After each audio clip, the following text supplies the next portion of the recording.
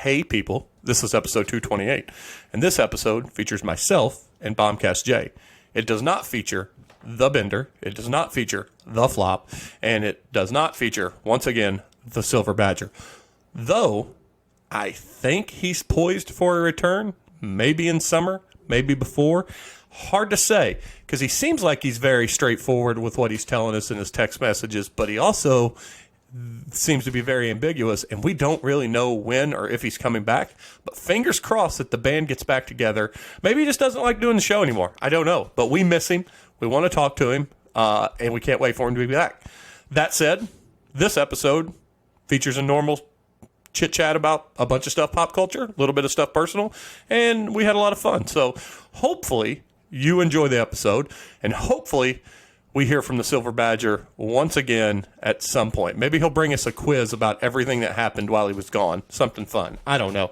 All I do know is that in about 3 seconds, the bomb is going to go off now.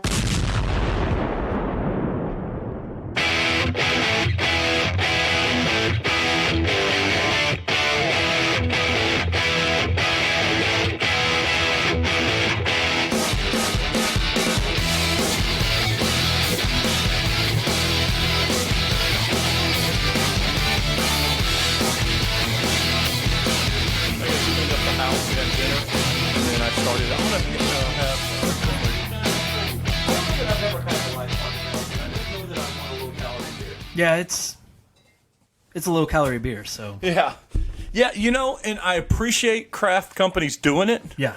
But there's not one that has, like, I've been like, oh, I can switch to this and be happy. I had a Distill Hazy low-cal IPA. I haven't had that. It was probably the best one I've had. Maybe I'll try that. I got to go on a diet, too, as I pour this heavy cream ale from San Diego. I can tell you what, me and Missy were talking about this yesterday. I can't wait to go to San Diego and drink this on tap right from the source. But that said, we are back. I wrote here in my notes that there's no Bender and no Badger, which may be a summer play for Badger. He's so very ambiguous on, I'm almost back. And then he puts, but maybe summer. Yeah. I don't know. But we do have you, Jay. And then I put ... maybe Missy. I can scratch that out because there is no Flop, so it's just us two. And that's where we're at. And she was scared of nerd talk. I don't know what her deal is. She said she had a headache, which you take some Tylenol and drink a beer and you feel great. Power through. Yeah, power through. But I don't know. So it's us. So that's all that matters. Yeah. That's right. And we're gonna get an episode in. So I did want to start though, real quick, with something that happened. So Podbean, who's the hosting platform for our podcast, they sent me 2 emails this week and congratulating us on publishing our 100th episode, as we sit here and record episode 228. Yeah. And our 10,000 downloads. I got those today too. Which, it's odd. So I looked at the statistics in the thing, and they're not accurate. But what they're doing, it's now been 101 episodes since we changed our name from the Random Ass Podcast to PC, and all those stats have been reset for when I changed it. Yeah. So, and that's 10,000 downloads and 100 episodes, and I know that equates out to 100 or whatever per episode, but I think it's a little better than that, because when we changed our name, we were averaging 400 to 500 downloads an episode when we were the Wrap. And it dropped to 20. Yeah. For like the first 30 episodes that I released under the PC Bombcast, we were getting 20, 25, sometimes 30. Yeah. And we've upticked, back into the 3 digits, pretty good 3 digits. Not 500 yet. But I'm not, 10,000 is not so bad, but I thought it was weird that they weren't taking because I didn't change anything. Right. All I changed was the name of it, which created a new URL for embedding and streaming and stuff. But you would have think that since it's the original account that I created with the same email, they could just combine all the stats. So we switched to Podbean for Nerdcast, 2 years ago. Yeah. And I moved everything over. I got those same 2 emails today you did. That's odd. And we did our 100th episode a year ago. So yeah, that is odd. Yeah. I'm wondering if they're just doing something on the back end and it triggered all these automatic emails. Yeah, it could have. But so I had to look though just to be safe, and it was episode. So we're doing 228 right now. Yeah. It was 226 was when or 126 is when we changed the name. Yeah. Which it was. And I kind of had a good time too because I was going back through and looking at the names of some of the titles of the episodes, and like, oh boy, I do not know what that topic was. Like, I have no clue what we were going on about on that one, but still, that's something. It gives you a reason to go back and listen. Yeah, I was also going to lead in with a story about Missy had a girls' weekend this past weekend, and which led me, home alone, and I did absolutely nothing because of it. Actually, what I did is I woke. She went out of town. She went to Goose Creek, which I've never seen Goose Creek. Yeah. My daughter goes there because that's where her dad lives, my oldest daughter. And so my wife went there, and I heard the description of what the living arrangements that they were there, or the housing arrangements they were. Goose Creek sounds like somewhere that I'm okay with never going to. Yeah. But so she told me it wasn't a bad weekend, but it wasn't. The girls didn't go hard like she thought they were going to. But I woke up Saturday morning, took Hayden to the soccer fields at 7:30. We were there for 3 straight soccer games, and then we drove immediately down to Charleston, Sykeston, Missouri for my grandpa's birthday.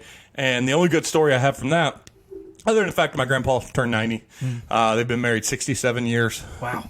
And they're hanging in there, and it's, once you get over that 90 mark, who knows what's going to happen. But I feel like they can make it to 70. You know what I mean? Yeah. That's a achievable thing. 70 years of marriage is ridiculous. That's crazy. But I was sitting talking to my nephew, or my cousin, not my nephew, but my little cousin, my first cousin's son, his youngest son. We were sitting there talking, and he's got a sister, Lindsay. She's beautiful. She's done all these pageants all these times, and the way your pictures look on Instagram is like she's trying to be an Instagram influencer. So I made a joke. I go, hey, where's your sister at today? How come she's not here? He goes, I don't know where she is. I go, probably off taking Instagram photos, trying to be an influencer. And he laughed. And then he said, yeah, my sister, the only liberal in our entire family. And I was like, you pick your battles. I'm not jumping into that. I'm certainly not uber liberal like a kid her age in college would be right now. Right. I'm not woke. I'm not the woke left, which is a problem. Yeah. But I'm certainly more liberal than I am conservative. And I just was like, oh, you know how they say, I come from a family that, a long time ago when racism was, when using words like you use was kind of the thing. Yeah. Yeah, that was this past weekend for me. Yeah. Down in the Boot Hill of Missouri. You just have to sit there going, I'm in Sykeston. Yeah. I'm in Sykeston. Well, it's even worse. Sykeston would be considered the city. Yeah. Which by no measurement is Sykeston a city. Yeah. But I was actually in Anniston, Missouri. Okay.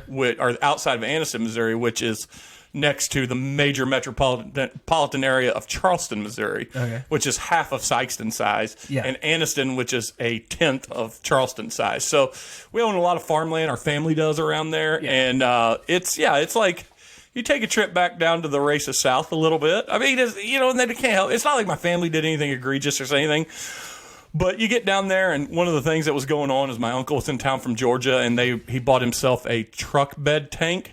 Yeah. And was hooking it up to the electronics so he could pump gas, and he could fill up gas while he's here because he's worried they're going to run out of gas in Georgia. And I'm like, right. Yeah. But he's at least being responsible and not doing trash bags or anything. Oh, yeah. That's just insanity going out. Yeah. Gas is the new toilet paper. I've seen those memes. Mm-hmm. But anyway, that was my weekend. And then, Hayden and I, we were going to stay the night down there, and it was funny. We were going to stay the night down there at a Drury Inn right in front of where my brother lives, the neighborhood where my brother lives and has an indoor pool. Mm-hmm. I was going to let Hayden swim all night. And I love my family, don't get me wrong. And they are all awesome. And my great nieces and great nephews are all cool kids. As a matter of fact, though, when they found out that I wasn't getting a hotel, I was labeled a party pooper and a liar by the young ones, like the 5-year-old and stuff, which was okay, too. But I got a lot of them. Like, there's a lot of them. Yeah. And when I told my sister-in-law what my plan was, she goes, oh, great. Well, then all the kids and us will just come and hang out with you at the pool, and we'll all go swim at the pool. And I thought to myself, one, I wanted to come home because we were going to have to get up in theory and come home in time for softball practice, which, we know how that turned out with the rain. But so I'd rather slept in at home and got home later than wake up early and come home. So that's why I didn't go. But then I thought to myself, I was like, I don't want 8 kids and 3 adults and me all hanging out at the pool at the hotel. I'm saying it's like the thing with vacation. Everybody goes on family vacations. I'm not knocking it if you do, but like everybody goes on 12, 13, 14 member deep vacations and get the big VRBO down there in Florida and somewhere. I don't. I go on vacation to get away from everyone but my daughters and my wife. Yeah. And that is one night in a hotel with all the kids screaming and yelling and jumping in the pool and us probably drinking a shit ton of Bud Light. Sounds good on paper, and an execution is almost an awful time. Yeah, because on those big family trips, it's like, I need alcohol. I can't handle all these people. By the boatload. Yeah. Give it to me by the boatload. Yeah. And then don't get mad at me when I get drunk because I can't deal with everyone. Yep. So, I mean, that's just the way it is. Yeah. We got lucky this year. Aaron's parents didn't do anything with anyone for the last year. And so rather than taking a big vacation with everyone like we've done in the past, they're going with each individual family. Oh, that's just a lot of vacation for them. Yeah. They're retired, though.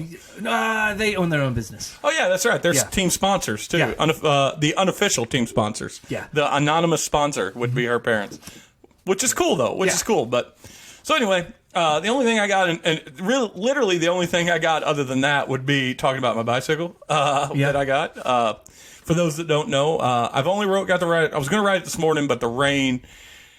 It turned out I could have gotten a ride this morning, but I didn't want to get out and get caught in the rain. Yeah. But I bought a Specialized chisel, an XL, and so here's the color. It's smoke and tarmac black.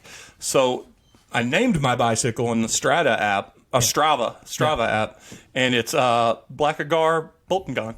Nice. Yeah, so my bike's name's Black Bolt, for those that don't know who that is. Yeah. And Missy's making her do the symbols out on her Cricket. I'm going to put one on the handlebar and one on the back of my helmet. Nice. Yeah, so my bike's named Black Guard. So far, I'm loving it. I wish I could be riding it right now. I truly enjoy riding it. But I did fall Sunday in the dumbest way possible. It's not like I wrecked. Yeah. I mean, I did wreck.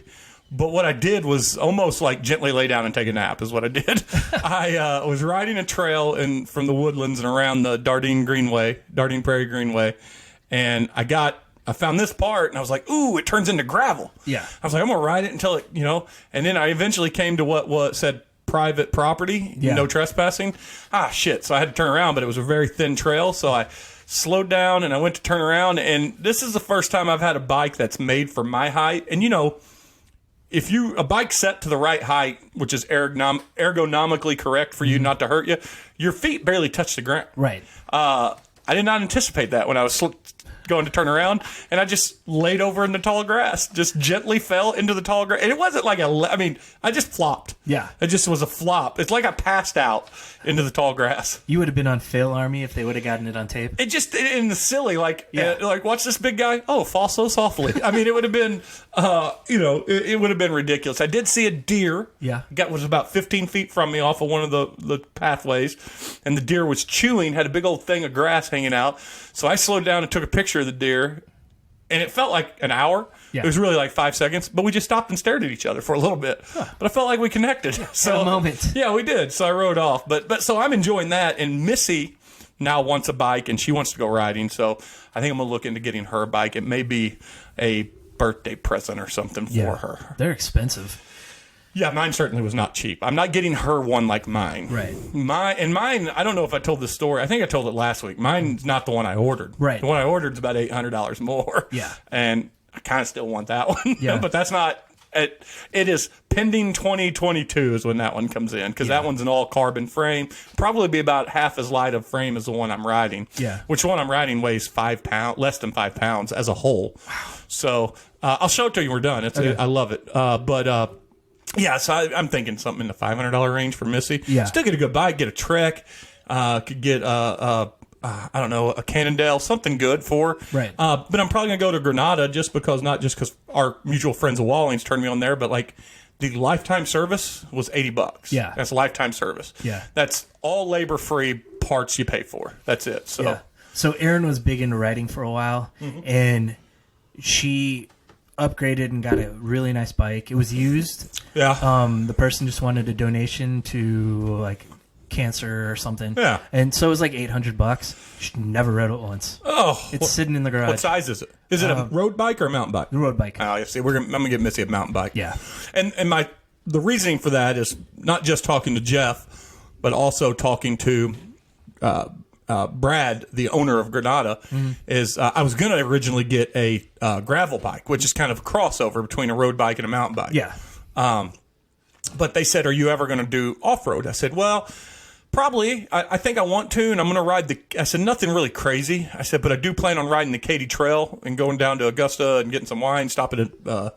Good News, yeah, which is probably as far as we'll go. I mean, unless we get a wild hair. I mean, it's not much farther by the bike trail. I mean, it's driving's farther down there than the bike trail is. Yeah. But he said, get a mountain bike. He said, because yes, the gravel bike is better than the off-road bike at trails, but even the gravel bike doesn't have the suspension, and even on the Katy Trail, you're going to want a suspension. He said, so don't, he goes, you would rather have a mountain bike on the road than a gravel or a road bike on the gravel. So don't do it. And so that's what I think we're going to get Missy. And to be honest with you, she in a girl size, she's an XL because she's 6 foot tall. Yeah. So they're tough to come by. So I'm going to put them. At some point I'm going to go in there. Hopefully she doesn't hear me saying this, but it's going to be a surprise for her at some point. Well, she's not going to listen. So. Oh, never. I don't think she's listened to one episode ever. It's probably been since the tens. Yeah. But yeah. So. Aaron got this bike for free, luckily for you. Yeah. And just sitting there collecting dust? Yeah, pretty much. About 2 years now. Oh, wow. Yeah. Bikes hold their value, too, as long as you don't put 1,000,000 miles on them. Right. Like, I told him, like, what if this bike comes in next year and I'm in love with it? He goes, you'll be able to sell yours for over probably 1,000 used a year old. Yeah. And he goes, so you'll be fine. Yeah. I'm like, okay, well, that's great. Yeah. I have my brother's mountain bike that he used in college. So 2000, 2001. Like a Trek? Yeah. Because that was the bike. When I think so. But still a great bike. Treks are still a great bike. But it was like when we were in college, certainly, I mean, those were the bike. Yeah. And you were like, you got a mountain bike? Yeah. Is it a Trek? No. Oh. Yeah. Well, call me when it is. Yeah. Like the most it's gone is down to petrichor. That's not so bad, though. No, that's a mile from our house. Yeah. Is there riding around your house? Like, just in the neighborhood? That's all there is, right? Yeah, just neighborhood. I'm constantly looking and seeing new places for me to ride and stuff. Yeah. I've just been looking all over, which is cool. I mean, like I said, right now I'm excited. I was my original plan when I got it. It's like, I'll do 3 days a week and once on the weekend. Now, as long as it's not raining, I think I'm going to go every day. Yeah. Which, wake up a little earlier and go do it. So hopefully it, I lose some of the Dunlap that I got on my belly. So get it out of there. But anyway, so that's kind of what I brought. I definitely brought a bunch of stuff to throw it to Missy. But you said what topics? I said, well, if you have a topic, let's dive into a topic. I really didn't have anything. That's our episode for the day. Yeah. That's great. Are you caught up on the Bad Batch? Yes, I am. I caught up with episode 2 and 3 today. Now, is it on its third week? They did the May the 4th episode, and that was like a Tuesday, and then they did Friday. That's why, because I was like, man, I don't know how I went 3 weeks, but no, that makes more sense, though. I love it, man. Yeah, I do, too. It's awesome. There's been complaints about the first episode with the Kanan Jarrus stuff. Kanan was the Jedi from Rebels. Okay, so that's all new to me. Okay, well, Dave established that he went through everything in the beginning of the first episode, but it was in the comics, and the Bad Batch wasn't involved. So now we have all these hardcore Star Wars fans that are, they're retconning stuff already. Yeah, which is a little silly. Yeah, but the Lucasfilm theory has always been it goes films, TV, everything else. Yeah. So I didn't mind it. I liked seeing the Bad Batch there. It gave a little more depth to his origin story, there was a pretty solid article that I meant to share and I forgot a few days ago about how the MCU is eventually going to write itself into a corner with it's going to have to start retconning its own history. Yeah. And I think if something goes on a long enough timeline, you have to start retconning stuff. What's crazy about what you just brought up is we're not very far into the new Star Wars world. So It's better, though, than it was with the Legends stuff because every single writer was like... doing their own thing. Yeah. Yeah. They truly taught it or treated it like a comic book and a new writing team, new direction. Right. All the time. So now they have the story group that kind of oversees everything. And if you're writing a book, you're working with the story group. It's like Dave Filoni and... And that's new, though, that they're in charge, right? Filoni and Favreau and that group. Favreau, he's more directorial, but... Yeah. Filoni's been there with the story group for the whole time. Yeah, but I mean, them getting power has really came to prominence along with Mandalorian. Like, used to be Kathleen Kennedy had the final word. Well, she was like the Kevin Feige of it all, but they had... But not Kevin Feige. Right. Like, nowhere near... Not a third of Kevin Feige. No. Yeah. But they had another group that was right underneath her that they would work with the comic writers, the book writers, and make sure everything kind of flowed. And Filoni and Favreau, Filoni more than Favreau, but I'm okay with them. They need to be in charge. Oh, in fact, the only reason it makes sense for like a Favreau to be in charge is because it's a studio and he knows how to make movies. Yeah.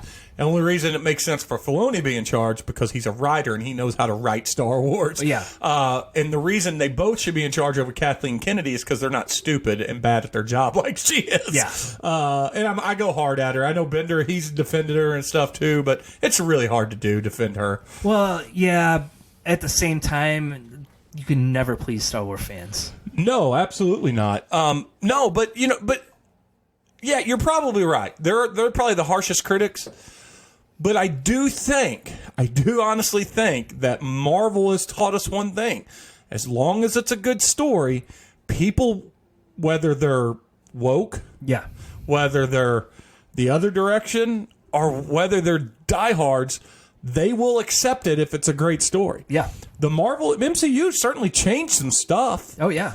But they're all very good movies. Yeah. And I don't want to get into an argument with another one of my co-hosts, but episodes 7, 8, 9 were not great movies. No, they weren't. They were enjoyable films. Individually, they were good movies, but as a Star Wars series, they were the weakest of the 3 trilogies. Which is, boy, that's saying so much because episodes 1, 2, and 3 are so bad too. Yeah, but they're one cohesive story that kind of pushed everything along. Well, they're one cohesive story, but not one cohesive cast. Right. So it was a stupid, there was a lot of, there's been a lot of sins, and it really is a testament. And they were on TV recently, and I almost went back and watched them today a little bit, but I was in a sci-fi mood today. I was working from home, so I went in a different direction. We'll talk about it and throw it to Missy. But it's a testament to how good episodes 4, 5, and 6 are. Yeah. Is because you can watch those movies now, and they're paper thin in times and plot. Yeah. At no point, though, do I ever go, oh, well, that's the cheesiest dialogue. In fact, here's a great comparison. Anakin and Padme are going out to their doom in that arena, and it's the cheesiest, dumbest lover dialogue ever. Yeah. It's really bad dialogue. And not anything, and I actually don't mind Hayden Christensen. In fact, I'm probably one of the few people that think his movie Jumper is not a bad movie. No, it wasn't. I thought it should have been another movie, involved in it. But compare that to Han about to be frozen, and Leia telling him she loved him, and he just says, "I know." Yeah. Now that was ad-libbed and changed by Harrison Ford, who now. People will say, well, he's Harrison Ford. Well, at the time he wasn't. At the time he was Han Solo. He was a carpenter. Yeah. So it's really, it's just a testament to how much more in control and making a movie they were and how much fan service was being given to us on the other one. Right. And you can do it. You can, those first 3, 4, 5, and 6. Yes, even if without the special effects we have now. Yeah. They still hold up in their appearance and their look and how fun they were and how much of not just a sci-fi, but they are truly a fantasy epic. Oh, yeah. They're everything. It's because it's a bunch of people with swords against a wizard. Yeah. So my thing is, I had an argument with a friend about this for years. And he hated the prequels. I said, well, if you sit there and think about it, I too hate them, by the way. There's cheesy dialogue in the original trilogy too, just not to the same level. It's delivered way better. The stories aren't a whole lot different. there's a lot more political stuff in the prequels. Yeah, which is probably why people didn't enjoy them as much. Yeah. But then if you sit and think about the fact when we saw them, we were kids. And they were like our lives at the time. Yep. The kids that grew up with the prequel movies felt the same way about those we did with the originals. I think it's a generational thing because we see it and it's not... well, that's not our Star Wars. Bender uses the same argument too, but here's one thing that is constant. Film critics and people and film students. Yeah. And they don't like them as much. Yeah. I mean, and certainly, yes, I was a kid, but there's movies that... For me, movies like that you say, well, I was a kid at the time. Movies like Adventures of Buckaroo Banzai. Yeah. That movie will always hold a special place because I was a kid when I first saw it. If they did something like that today, boy, they'd have to really pull it off good. Yeah. Because like a Quentin Tarantino would have to pull it off, make it intentional.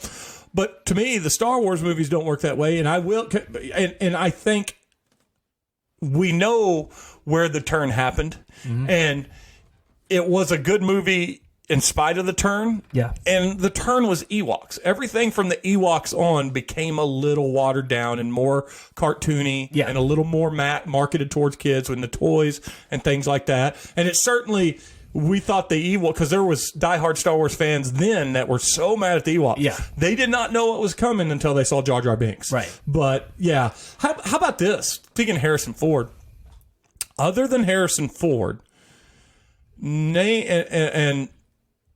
Name and I guess you can get into the new ones a little bit to do this, but name an actor that was able to transcend the Star Wars universe and be a real actor. Because no one looks at Harrison Ford and goes, "Oh, it's Han Solo." Right. They go, "Oh, that's fucking Harrison Ford." Yeah. He's Indiana Jones. Yeah. He's Han Solo. He's Jack Ryan. Yep. He's Deckard.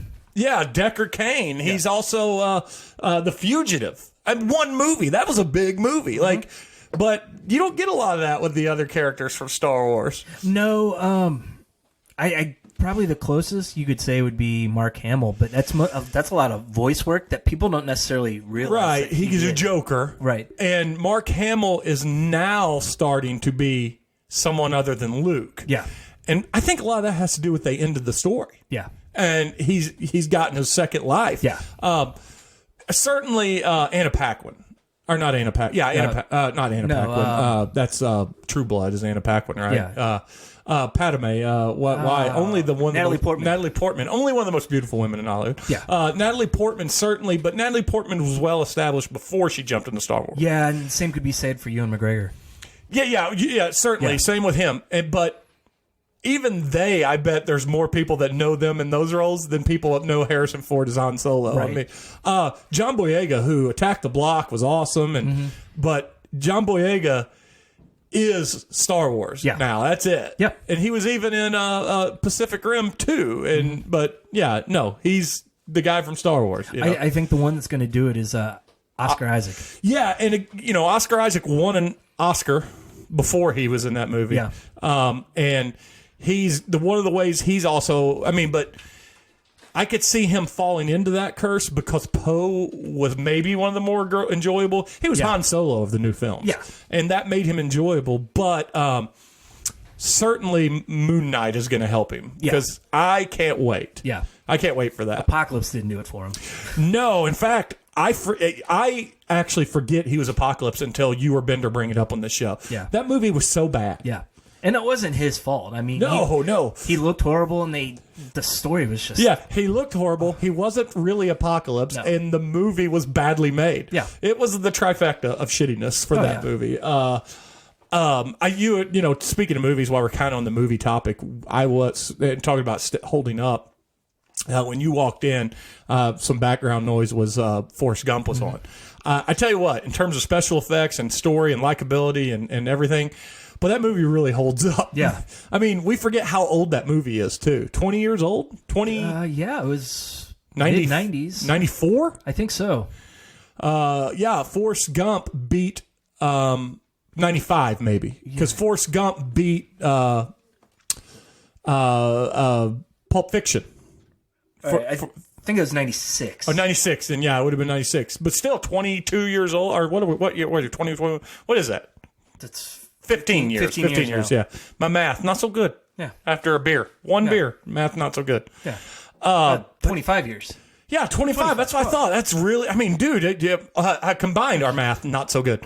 But I mean, just, you remember when the making, because I'm sure you were as big as a movie geek already, but like I was. Forrest Gump was 94. 94, okay, yeah. And it was Pulp Fiction, right? Yeah, I think so. I'm going to see.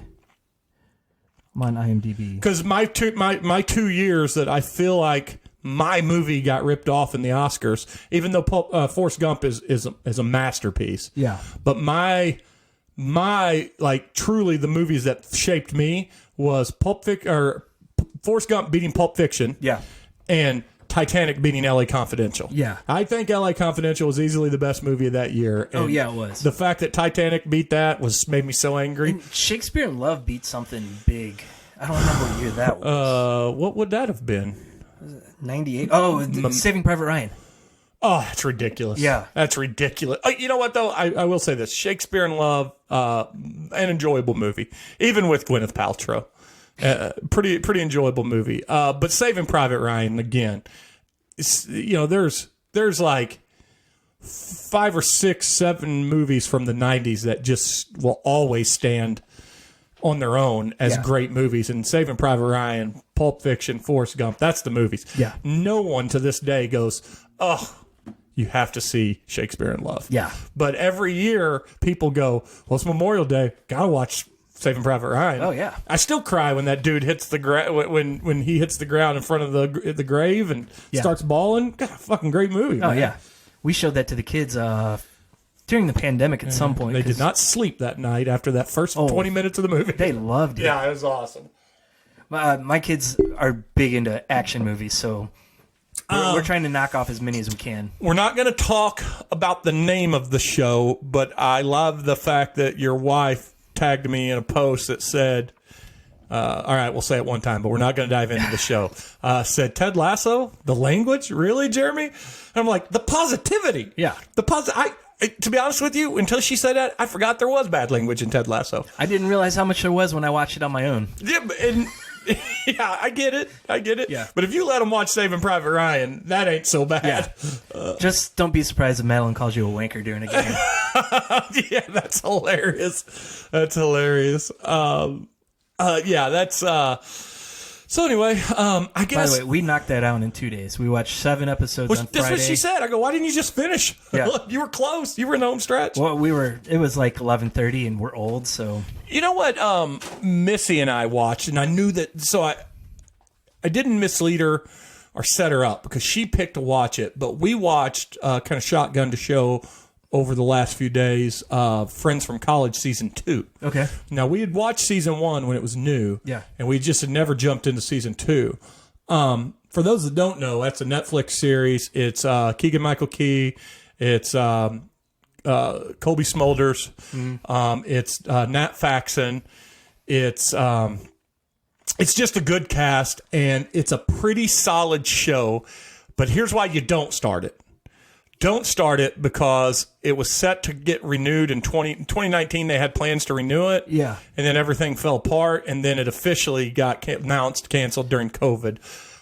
So the cliffhanger in season 2 will make you mad. Yeah. It's not a cliffhanger, but the story clearly isn't wrapped up. But Missy did not, as we were watching season 2, when we got done, she goes, oh, well, now I got to look up and see when the next seasons come out. I go, I wouldn't do that if I were you, Missy. And she goes, why? I go, they canceled it. And she goes, no, this just came out. I go, no, it didn't. Yeah. It came out 2 years ago. And she looked at it on the screen. She goes, God damn. Well, she goes, I wouldn't even have watched it if you would have told me that. But I find it so enjoyable, and its reviews are kind of mixed. Yeah. But it's a good show. So is it up there with like Freaks and Geeks as like most wrong canceled shows? No, certainly not.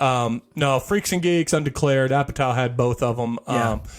I think for me, Sports Night, which was Aaron Sorkin's show before West Wing and before all that stuff. It's just what it is, and it's even like it's almost absurd. The directions they take to characters and their love lives, because the whole premise of the show is they're friends from college, and 2 of them are married. within the group, but one has always been cheating on the other. Yeah. And then the wife cheats on him, and it falls apart. And then season 2 is a year later, and they're dealing with all this, but still trying to stay friends. As Fred Savage is in it also. He plays a agent for Keegan-Michael Key, who's a writer, and Fred Savage's character is gay, and he's marrying Billy Eicher. And so they all are forced to stay together because they're all best friends with each other. And the whole thing is season 2 is the wedding, build up to the wedding. He's going to get typecasted because he was a gay character in Modern Family, too. Fred Savage was? Yeah, he was the masseuse for I forgot the gay couple. He was awesome in, if you've never seen it, he was super awesome. I think it was Fred Savage in Tacoma FD. Yeah, he is in Tacoma FD, and he's awesome in it. The Fred Savage incident. You got if you've not watched Tacoma FD. No, I haven't. Oh, man, it's 100% worth it. Okay. It's, again, I enjoyed Super Troopers 2. Yeah. But Tacoma FD is the sequel to Super Troopers we deserved. Okay. The one we got was fine. Yeah. There were some funny callbacks. There were some okay jokes. The Canadian stuff's great. But Tacoma FD is what... They should have just called it the First Responders trilogy or something, and did Super Troopers, Tacoma, and it's you'll love it. Okay.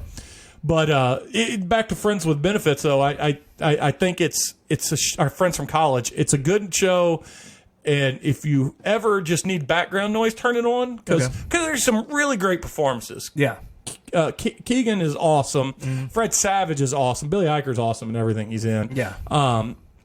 And it's just, I don't know. You get, and Nat Faxon, who I love Nat Faxon, Oscar award-winning Nat Faxon, him and Jim Rash for writing The Descendants. Okay. They also wrote the Way Back, I believe. They're an awesome writing team. Yeah. In fact, when, not a spoiler, the show got canceled for fuck's sake, but when Colby Smulders and Keegan-Michael Key's character get divorced, and in season 2, he lives in an apartment, and his roommate in an apartment is a bald guy with glasses that walks around awkwardly with his shirt off, and it's not Jim Rash. And I was thinking, Nat Faxon had to know that is Jim Rash's role. Yeah. Put him in it. Then, for those that don't know who Jim Rash is, he's the dean from Community. Yeah. And he'd be perfect for that role. So, but it's worth watching. And that's one of the, I guess, I watched a handful of Netflix things since our last episode. And I guess that'll lead me right into another one, which is this season 2 that I watched all of it today. And this is certainly doesn't label me as a slacker because it's 8 short episodes. But Love, Death, and Robots was on today. Is out, season 2 of it. Did you ever watch season 1? No, is that the animated on Netflix? Yeah. No, I never did watch it. I think I started the first episode, but I wasn't really paying attention, so I turned it off. Well, season 1 is a 5 out of 5 to me. Yeah, I love. There's some episodes that are stronger than others, but overall it's 5 out of 5. This one I gave a 4 out of 5. Still really good. Yeah, but it lacked some of the. And I'm only talking purely from a story standpoint right here. It lacked some of the action that season 1 had. Yeah. And there's a little more character development. In fact, the final episode, I almost went back and watched it again, called The Drowned Giant. And there's no explanation on why this giant human has been washed up on shore. And he's got his big giant schlong out there for everyone to see. And there's this town that kind of treats it like a freak show. It is. Climb all over it, and there's a guy that's hired. And it's just this guy's personal relationship with being in charge of watching the giant and checking on the giant. And then what happens after it whittles away and the bones get scattered all over town, and someone takes the penis and puts it in a freak show. It's a very good character piece on this one guy and his odd relationship with this, essentially what is a beached well. Yeah. They don't know why it's a giant human. Yeah. They don't ever reference, and they don't even try to figure it out. It's almost like they mention that there shouldn't be a giant human. Yeah. But it never occurs to them to go find out why there's a giant human. So it's odd. But and it's all cutting edge animation, whether it's computer or hand drawn. And the second to last episode is a Michael B. Jordan episode. Oh, nice. And it's clearly Michael B. Jordan. You can hear it, and it looks like him. Yeah. And that's a really good episode. In fact, it might be the strongest. But story aside, it lost a point for me, animation wise, it's amazing. Yeah. Whether because there's comical Pixar-looking animation. There's realistic-looking, like Final Fantasy. You remember that movie they did? Animation, was it Shadows or something? Or I can't remember the name of that movie. I don't remember. Final Fantasy, not based on the game whatsoever. That's, I think, the tagline for it. Yeah. And then there's hand-drawn animation in it, and it's all beautiful. Yeah. It's all beautiful. So it's worth watching.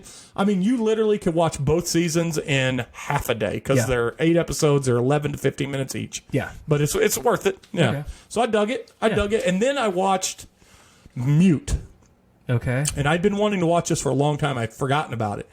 It's a future movie, but future's got nothing to do with it. Yeah. It all centers around who I've talked about on this show, my boyfriend, Alexander Skarsgård, is a bartender in love with one of the girls, kind of a go-go club where she is a very sexualized club. Yeah. Guys are always constantly trying to hit on her, grab her ass and things. Yeah. Well, Skarsgård's character comes from an Amish family who didn't believe in surgery, and he was involved in an accident when he's a kid, which his esophagus got damaged, so he can't talk. Yeah. And he falls in love with this girl, and then one day she just disappears. Gosh darn it, why am I blanking? Who I have to look it up. The doctor in it is Paul Rudd. Okay. Paul Rudd is Paul. I don't want to spoil it if you ever give it a chance to watch, but Paul Rudd is in the movie. Okay. And it's kind of his story going along the same time as Alex Skarsgård and how those stories eventually intersect. Yeah. And you don't find out until the very end what they have in common. But it's Paul Rudd's character is trying to earn his way to get back to the United States. There's this set in Berlin, and he's a doctor illegally patching up all these gangsters. Okay. And he's got a former military buddy who's a surgeon. He's kind of the regular doctor. His buddy's kind of surgeon. And his buddy's a pedophile, and he doesn't like it because he has a daughter, Paul Rudd does, and but he needs him to help make his money so he can get out and get these fake credentials. Yeah. And then, parallel story arc is Skarsgård, who's mute, who loves this blue-haired waitress, and she loves him back, but she is also, you get the impression, was a call girl. Yeah. And when she goes disappearing without the use of his voice and with very little grasp of the technology, which is where the future comes in, where almost everything you have to speak to, he goes on a look for. And he's a tough guy. He's the heavy in it. Yeah. But never is he like Bruce Willis. Like, is he not John McClane? Right. He's just a tough guy, but there's tougher guys that can beat him up, and they do throughout. He's kind of like the Magnum PI. He gets his butt kicked a lot. Yeah. But he's a badass. I gave it like a 3.5 out of 5. It's long. It's like just over 2 hours long. Okay. Like 2 hours and 5 minutes. Yeah. But it's visually, it looks kind of cool. There's attractive women in it. And there's also some odd things like sex robots that don't look like real people. They look like robots. And you don't see a lot of it, but when you do see it, it's kind of disconcerting. You're like, wow, this is odd. Yeah. But it's a good movie. It came out, I think, in 2019. And I remember seeing the trailer, and I had it on my alerts, but I just never went back to it. And like I said, I was in a sci-fi mood today. And then so I watched it, and it's got everything you need. It's got dime piece Alexander Skarsgård. Oh, yeah. It's got certainly not his most dimey look, but dime piece Paul Rudd with a monster set of handlebar mustaches in it. Oh, that's nice. And carrying around a big, giant Crocodile Dundee knife that he gladly will use on people if they get out of line. But it's a fun movie. It's worth watching. All right. Yeah. So that's all I had in my throw it to Missy also. All right. So I finished Jupiter's Legacy. And still boring? It got better as it went along, but I think it was because I liked the origin story for the heroes more than in the comic. Okay. And again, I haven't read the comic, but Bender kind of alluded last week how they were different. Yeah. But so when you say it got better as it went along, you only had 2 episodes left, right? Yeah. Is it 8? Yeah, I think it was 8. And at this time last week, you would watch 6 of them. Yeah, I watched 6 of them. The story, like the current time story, was kind of boring, and it stuck pretty much to the comic, so I knew what was going on. Yeah. It was the origin story for the team, which at first was really slow, but the last couple episodes really picked up for them. That's one good thing I think they did right with The Boys is they stuck close enough to the comics but changed things to make it a little more good for TV. Yeah. Although I'm hearing we're going to get to see the Captain America from The Boys next season. Yeah. People are not going to like that. No, they won't. So overall out of 5, what do you give it? I'd probably give it a 2.5. Okay, that's below. I mean, I know I consider for us 3 average. Yeah. 3 is something that, we may not watch it again, but we're glad we did. 2.5 to me is like, if I'm out of options. Yeah. So. And I saw it. I'm like, well, I read the comic. Might as well give it a shot. But is the comic worth reading? What do you give it out of 5? I'd probably give the comic 3.25. Still doesn't blow your socks off. Right. It wasn't like... it's great art, though, right? Yeah. Who was it? Is it Quietly in the comic, or who is it? Oh, I don't remember off the top of my head. I'll look it up while you're telling me about it. It's not like Nemesis was, or Kick-Ass, or any of that type of stuff. Yeah. It was a tier below that. So, it was original. It's got a good twist to it. Just hard to get into. I think I picked up a couple of the actual issues and then never went back and get it. It was drawn by Frank Quietly. Yeah. Mark Miller did it. Yeah. I mean, Quietly's a great team. Yeah. What was that? What was Quietly's? I mean, Quietly obviously did his Authority run was amazing. Yeah. His All-Star Superman was probably his best work. But there was one other thing he did that I think was even better than All-Star Superman, and it was that miniseries, little 3-issue miniseries about with the robot dog. Do you remember that? Was that We Three? We Three, yeah. That was his best work. Grant Morrison? Because that had like the splash page from behind the victim riddled with bullets and stuff. That Quietly can draw his ass off from time to time. I forgot about that. I need to pick that up. It's a good one. Yeah. Let's segue into something we didn't have planned, but since we talked a little bit about comic books, I shared a great story today about, I said, this just in, Rob Liefeld continues to be moronic. Yeah. Did you read that? I didn't, but I saw a little bit about what happened already. So it's Tony Rodriguez, who, for those that don't know, he wasn't the original artist or the creator of Violent Messiahs, but he got famous redoing Violent Messiahs for Image when Image did it. So he's doing and he's done some other great. Tony Rodriguez is a very good artist. I love him. Actually, give me one of those things I've never had down there. Not the Mother, but any of the other ones. Looks good. That's a good grab. You're giving me Best Friends, a chocolate, coffee, and vanilla stout from Sudwork Brewing in Davis, California. Sudwork's got a lot of beers that make it over here. Yeah, they do. This was one, though, that I had never seen, so I ordered this one from that app. But this is a Bach beer. Oh, it's a Bach brewed with coffee, cocoa, and vanilla. That's awesome. I'll let you try it. It's 8% ABV. Okay. Anyway... so Tony Rodriguez, so those that don't know, there's this character called Liberty, which is Liberty, you'll have to look it up, but I believe he predates Captain America in terms of being the freedom character. Yeah, I think so. I know who you're talking about. He's an old character. I can't even remember. Oh, Archie Comics. Yeah. Archie Comics and them, and he's been around a long time.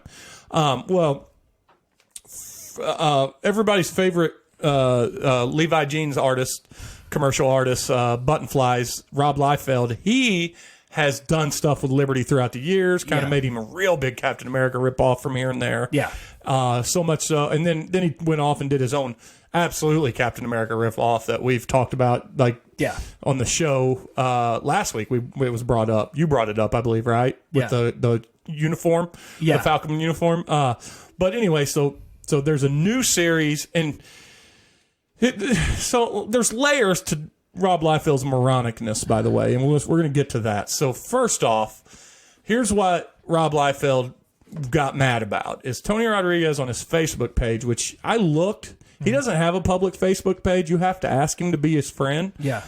And he doesn't have a lot of friends. It's not like he has hundreds of thousands. Yeah. So he posted his alternate cover for this one shot that they're doing, which features Liberty in the background and Old Man Liberty in the foreground, much like a Cable. We'll get back to that. And Rob Liefeld then immediately went to Twitter after this happened, posted the image himself and bitched. And by the way, Rob Liefeld has hundreds of thousands of followers. Yeah. So maybe a dozen, 100 people at most saw it on Tony Rodriguez's site. Yeah.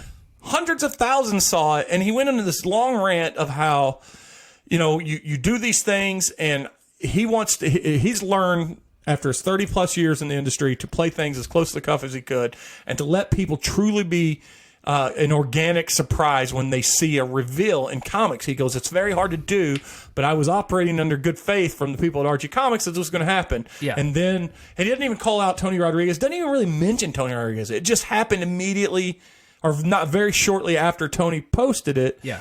And he said, and then he followed up. I spoke to the people. The incident in question, the person did not have permission to release that, but they did.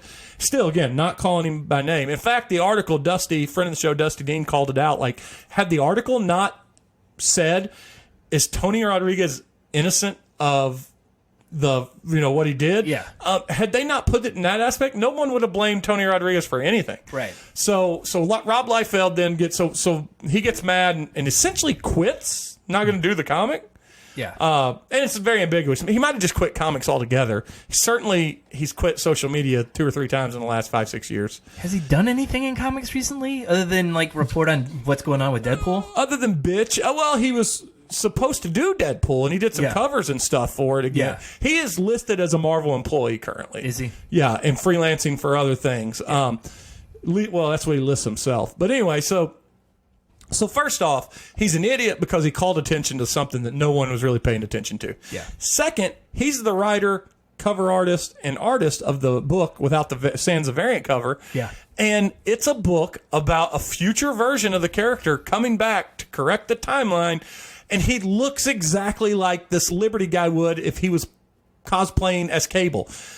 Rob Liefeld cannot tell an original story. Right. And he's never told an original. Since New Mutants and X-Force, which is arguably not an original story because it's set when X-Men were already popular. Yeah. He's then went on to do Youngblood, which, by the way, was Avengers. Yep. He went to do Supreme. He helped do Supreme, which was Superman. And then he gave him a hammer so he could be Thor. So he's Superman and Thor combined. Yeah. But then Alan Moore came in and fixed that, made it a great comic. He did Fighting American, which was Captain America. He was a part of Heroes Reborn, which was even though it was Marvel licensed, it was ripping off their own characters. Yeah. And now he's ripping off Cable, another one of his creations. But he's also doing the story of Captain America going back to return the Infinity Gems. That's what it sounds like. Well, currently he is. He may have just quit comic books. We don't know. Yeah. He's and I'm as big a homer for 90s Rob Liefeld. I'm telling you, when I was a kid and I saw that commercial hit, the Levi 501 button fly, because he was, for those that don't know, he was a comic book artist that got so popular that Levi's put him in a comic book or commercial. He was one of arguably in the history of comics the most powerful artists and greatest. I wouldn't say greatest of all comics of our time, but certainly in the pantheon of great artists was the defectors that went and started Image. And the reason these guys did that, and this is Mark Silvestri, Todd McFarlane, Eric Larson, Rob Liefeld, Jim Lee, Wilt Portacio, and Valentino. Jim Valentino. Yeah. That's and I don't even think I think Portacio was one of the original. Yeah, I might even pronounce his name, but that's the original 7. Yeah. And these guys were so giant in their thing that they transcended the characters. And they were so popular in art that they started their own company. And now certainly there's an argument to be made now that they're not really having much to do with it. Image is maybe one of the consistently the best comic publishers out there. Yeah. Because it's very independent.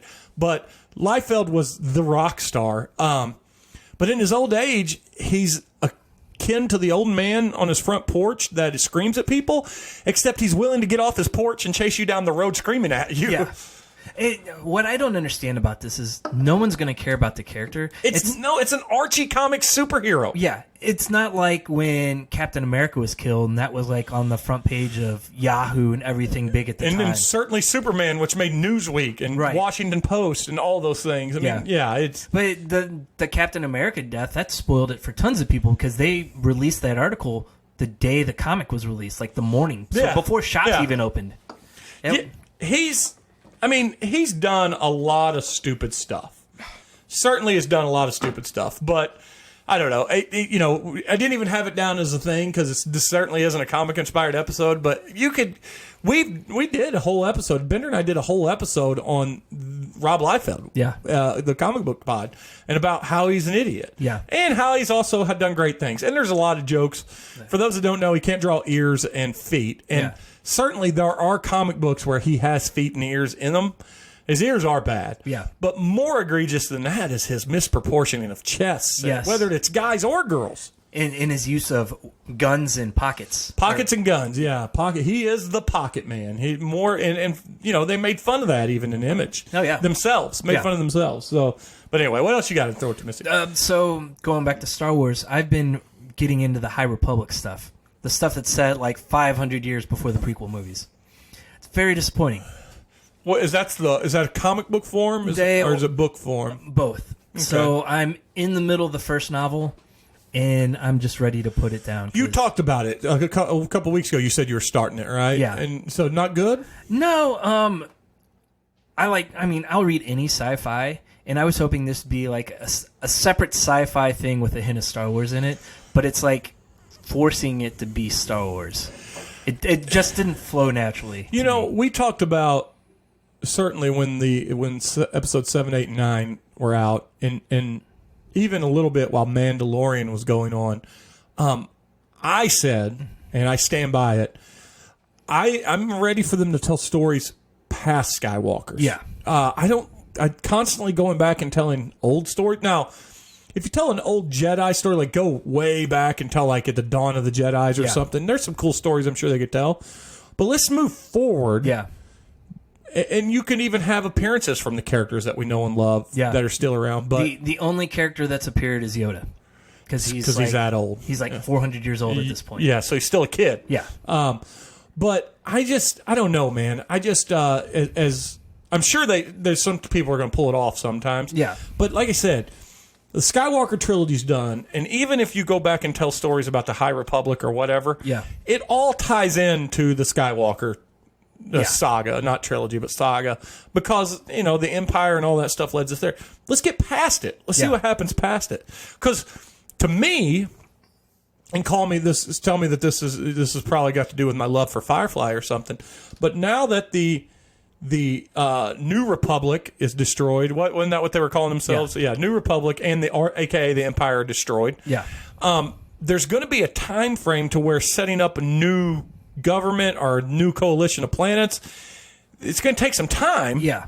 And there's a lot of really cool stories about smugglers and all that stuff that you could tell about these gang members, like the Fets and stuff that have turned, that are, the Hutts. Yeah. People that are going to try to grasp after power vacuums. There's a lot of cool stories that could be told. Yeah. So tell them. Yeah. So I started the comic too because that came a couple weeks ago on Marvel Unlimited, the first issue of the comic. They spoiled the end of the book. So that sucks. The comic and the book came out around the same time, so maybe you didn't get to the book, so you grabbed the comic, and you kind of know how the book finishes then. Yeah, I'm guessing that did happen. They weren't catering to completists or catering to diehard fans, but they were catering to the casual fans that wouldn't do both. So there was one other legacy character. There was a Hutt in the comic, which was kind of cool. Yeah. And then they touch on the Sintakas. That was Max von Sydow's character. Sydow. Yeah. It's like his ancestors. Yeah. And for those that don't know, he's Count Dooku, right? No. Or no, Max von who was he? He was Lord Sintaka. In Mandalorian, right? No, that was he was the guy that gave Poe the piece of the map to find Luke Skywalker. That's right. I was thinking of Werner Herzog in Mandalorian. That's awesome. Yeah, that is awesome. A lot of cool characters in the history of Star Wars, and I get that the urge to tell stories about those characters, but some of the characters are okay just to have being mysterious. Yeah. Sometimes you don't have to dive into Wolverine's background for Wolverine to be awesome. Yeah. That's the way I look at it. I certainly would. Like I said, I'm looking forward to post Skywalker stories, and they're going to have to do it at some point. Mandalorian's the exception, but then again, Mandalorian, there's also some plot holes in Mandalorian. There's some things that don't make sense. Why people don't know what Jedis are again, or why the time has not been that long. You know, it's for as great as Mandalorian is, and I think we've praised it and waxed poetic on it for a long time on this podcast. We've all given it 5 out of 5. It's got some shoddy storytelling in parts. In terms of tying it to, and it all revolves around tying it to the greater Star Wars story. Which is the problem, which is, like we said, eventually Marvel's going to ride itself into a corner in the cinematic universe. It's going to happen. Certainly the other direction you could go is be DC and not tie anything together and have a bunch of shitty movies. So I applaud Marvel and Star Wars for what it's trying. But one way you can avoid it is by moving on to the next story. And by next story, you got a lot more Jedis to talk about. We're going to bring Jedis back. You know, you have a Skywalker that you don't need to use her. And I know she's technically she's not a Skywalker. But you have Rey, and she's out there if you ever need to use her. And you've already established that Finn and all these stormtroopers were Force sensitive. So there's your new Jedi Order. And you have Poe, who's the general.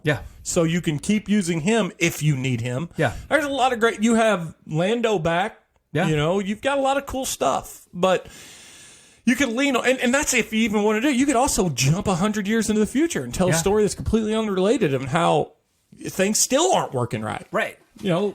And you can reference the old stuff then, but you don't have to worry about bringing back these legacy characters. I mean... you could make new stars. Imagine that. You know? I don't know. You got anything else other than No, I think that's it. I don't know that I have anything else either, which is weird because that's right at an hour. Let me look at my notes just to make sure we covered it all. Oh, no, we have to throw it to Missy. Yep, she didn't bring anything.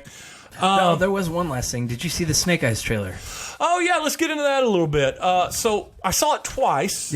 The first time I saw it, not that we were watching, but we were waiting to watch Friends. On Nickelodeon. Okay, let's track back. All right. Let's get to the Snake Eyes trailer. But before the Snake Eyes trailer, let's talk about MTV Video or MTV Movie Awards and TV. It's now Movie and TV Awards, and I think it's going on tonight. Also, it's the reality night tonight. It was on CMT, Paramount, Nickelodeon, MTV, and VH1. It was on all 5 channels. I do not remember at any point. I know Paramount owns all of it. But it was on every one of those channels. Are they struggling to fill content? Well, I mean, certainly Nickelodeon just airs Friends over and over. But it's also their most watched show. And that's what we fall asleep to every night. And Paramount Channel is always doing movies. I don't know, but CMT, for fuck's sake. And MTV's always going to have ridiculousness, so they could have put that over on something else too. But so we watched the last 5 minutes of it, but I was like, wow, I mean, is this that big a hit? Correct me if I'm wrong, but you know what? Here's what makes sense. MTV is not on every streaming platform. No. But Nickelodeon almost is. So that's probably why they do it. They probably put it on so many of them because some of those on basic cable, like CMT, probably falls into that. So you get it a little everywhere, increases your chance of viewership. But it struck me as odd last night.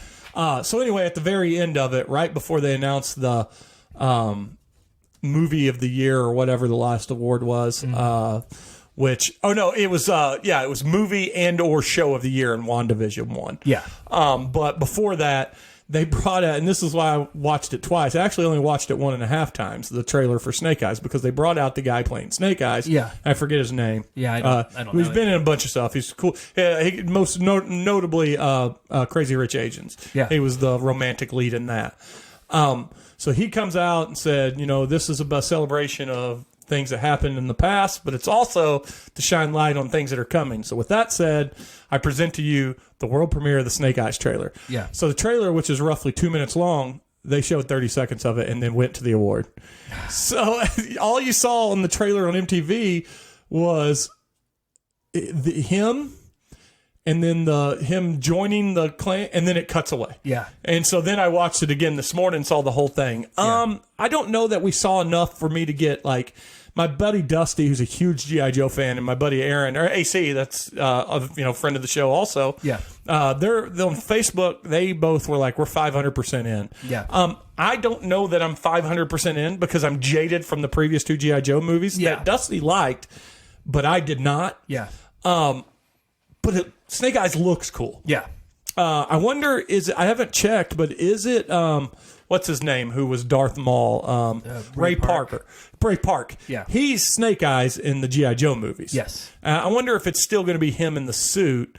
I bet it's not because this guy's taller than him. Yeah, I don't know. So I watched the original G.I. Joe movie. If it wouldn't have been a G.I. Joe movie, I would have liked it more. I could see that. But the characterization they used for the established characters, I just couldn't get into. Do you know, and I'm throwing you a curveball here. This is, it's not like, if you get this answer, I'm going to be proud of you. Right.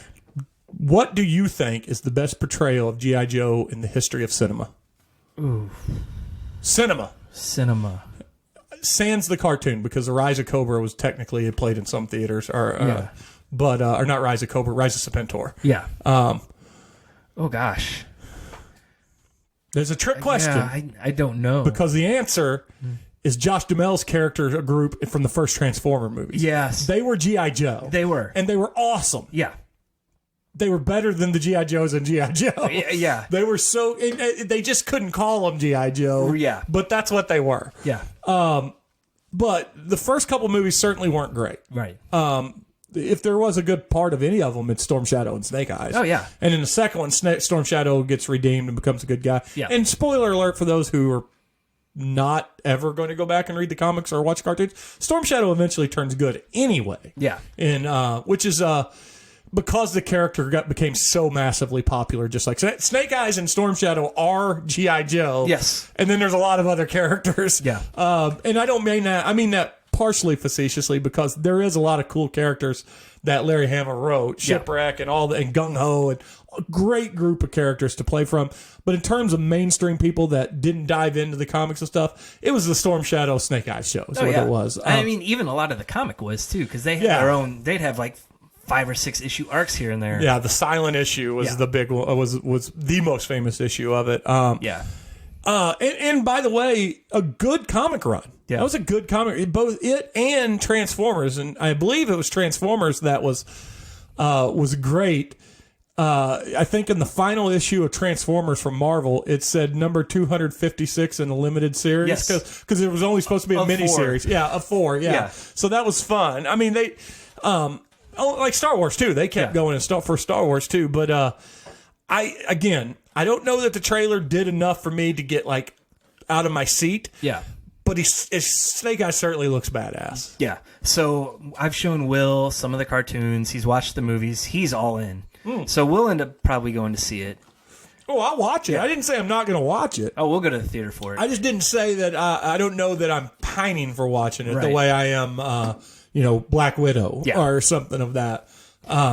So, and along those lines, did you see the stills from Masters of the Universe? Oh, I shared them for a podcast on the website. It looks awesome. They look incredible. And Kevin Smith's writing it, and I've got to believe that it's probably going to disappoint some people, but in the wrong way. Yeah.